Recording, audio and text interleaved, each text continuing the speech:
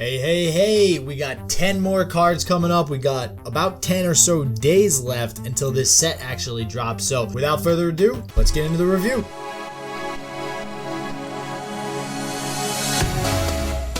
Alright, so first up we got Diving Gryphon. Rush Hunter hasn't really been a crazy thing. You know, Houndmaster's been in a few decks, like mid-range decks and whatnot. But this card, combining it with things like Clear the Way, so we can actually get this side quest completed a little bit faster.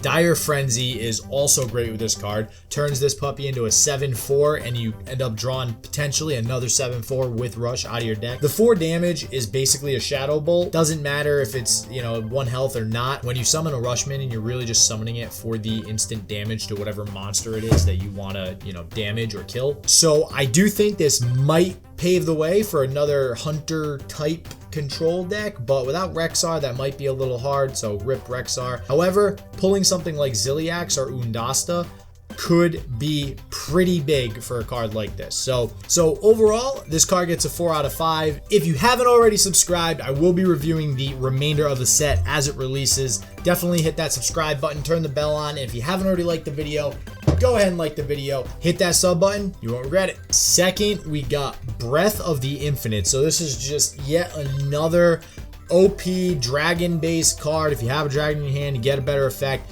This is basically a volcanic potion on steroids, except you're not hitting their face. It deals 2 damage to everything. This will possibly pave the way for Priest Control to kind of come back into the swing of things with Dragon, of course. So this card overall is pretty good. I'm going to give it a 4 out of 5. Not a 5 out of 5 quite yet. Depends on what else comes out. But overall, this is a pretty good card. We're going to give it a 4 out of 5. So Cumulo-Maximus. Wow, that's a kind of a tongue twister. Listen, I don't know whose bright idea this card was, but this is basically an auto-include in any Shaman deck. At least the way I see it. There's no way this does not make it into any particular Shaman deck. It's 5 damage for 5 cost. That alone, that's the 5 cost. 5 damage, 5 cost. You have Firebolt, that's 4 cost for 6 damage, right? On top of that, you get a 5/5 body, and it's an elemental. So this card is completely busted. If you try comparing this thing to something like Fire Elemental or even Blaze Caller, it's just way better. This is like, there's no competition. Blaze Caller, you have to play all elementals in your deck. This, you just have to overload mana crystals.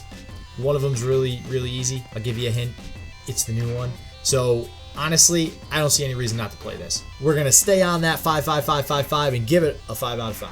All right, so we get another 1-cost arcane spell, and this is actually a breath spell from the set too, Arcane Breath. This, I say arcane because it reminds me of Arcane Blast, where you get the 2 damage, but you get the potential for an upgrade effect. So Arcane Blast was extra spell damage. This, you discover a spell. So in that way, this is similar to the 4-cost Hunter spell that you discover a spell after dealing 4 damage. But I like this way better. The low-cost card synergizes way better with the Cyclone deck. And obviously, playing with that Shenvala card that was just revealed in one of the other review videos that we did. Combine those together, you got a pretty good recipe for success with a new Cyclone-based mage deck. So this card is definitely getting a 5 out of 5. Alright, so Dragoncaster. I'm not very high on this card. I mean, I'm going to give this a 3 out of 5. I don't really see this being played much. If you compare it to something like Inkmaster Solia, that didn't really see much play either. Granted, it was a much harder effect to get off. You needed to have all, no duplicates in your deck. This one, you just have to have a dragon.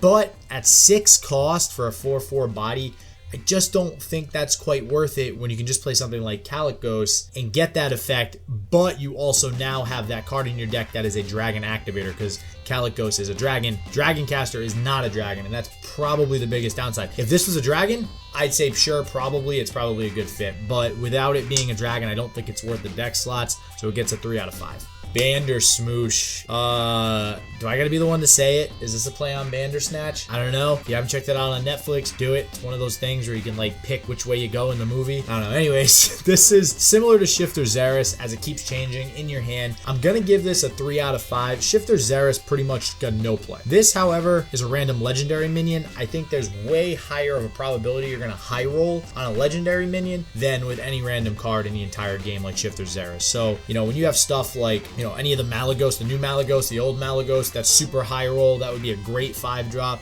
stuff like that. great card. We'll give it a 3 out of 5, and I guess we'll see if it gets any play.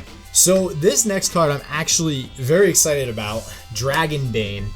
So I had reviewed Toxic Reinforcements in another video as well, and I really like that card. I don't think a lot of people are like super high on the card just yet, but when I hear Leper Gnome, I think Face is the place. So, and I think Hunter. So, and I think Old School Hunter when it was a 2/1 Leper Gnome, right? So for Toxic Reinforcements to summon that many Leper Gnomes, for this to potentially do 5 damage to the face if you clear the opponent's field, because then it's not really random anymore, it's gonna hit their face because it does say enemies. I think this is a recipe for a great mid-range type face hunter deck where it kind of attempts to control the field in a weird way. I'm not gonna know until this set is fully fleshed out. This is gonna be one of the first decks that I probably try out, but I'm very excited to see face hunter hopefully make a return. And when you add something like Corrosive Breath into the mix, kills the field, 3 damage to the face. I mean, it's just damage. So it's very hard for me to not imagine a world where Face Hunter is going to be good come this next set. So for that reason, it's going to get a 4 out of 5. And if Face Hunter is as good as I think it will be, it'll probably end up getting a 5 out of 5. So this next card gets a 2 out of 5. Honestly, purely because it's a decent 1-drop for Hunter, and it's a more beefy 1-drop for Hunter than they've had in the past. Usually they just have 1/1 things that are like tokens pretty much, or with Battlecry draw card type effects. It's a 1/3 Dwarven Sharpshooter, and I mean the effect is okay, but I don't know. Like the deck that I had just mentioned where it's kind of a field control deck while still being Face Hunter, I could see this having a place in it, but I feel like it's gonna get cut for way better cards. Like I just don't think it's great enough for it to be the 1-drop in that deck. So it's going to get a 2 out of 5. We'll see if it ends up getting cut or if it ends up getting played in Face Hunter. What is any Hearthstone set without having Secret Hunter as some sort of tier 1, tier 2, tier 3 viable deck type? Phase Stalker does just that. This is going to be the 2-drop for any Secret Hunter deck. You know, it's a great card overall. It's got okay stats. It's the typical 2/3, and you're getting the card advantage with the additional secret. So this is great drawing before, you know, turn 3 when you have that Eagle Horn bow. So I definitely see this seeing play.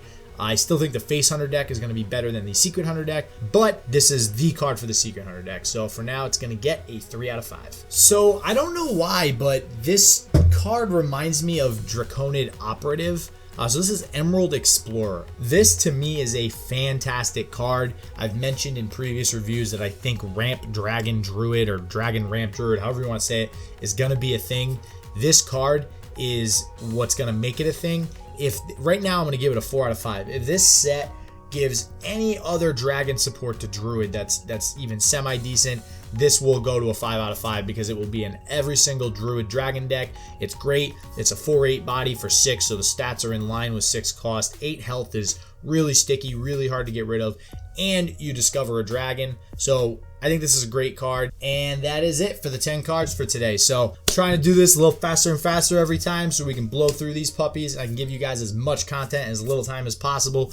Don't forget to like the video, subscribe to the channel, and as always, I hope you have a great rest of the day. Peace out.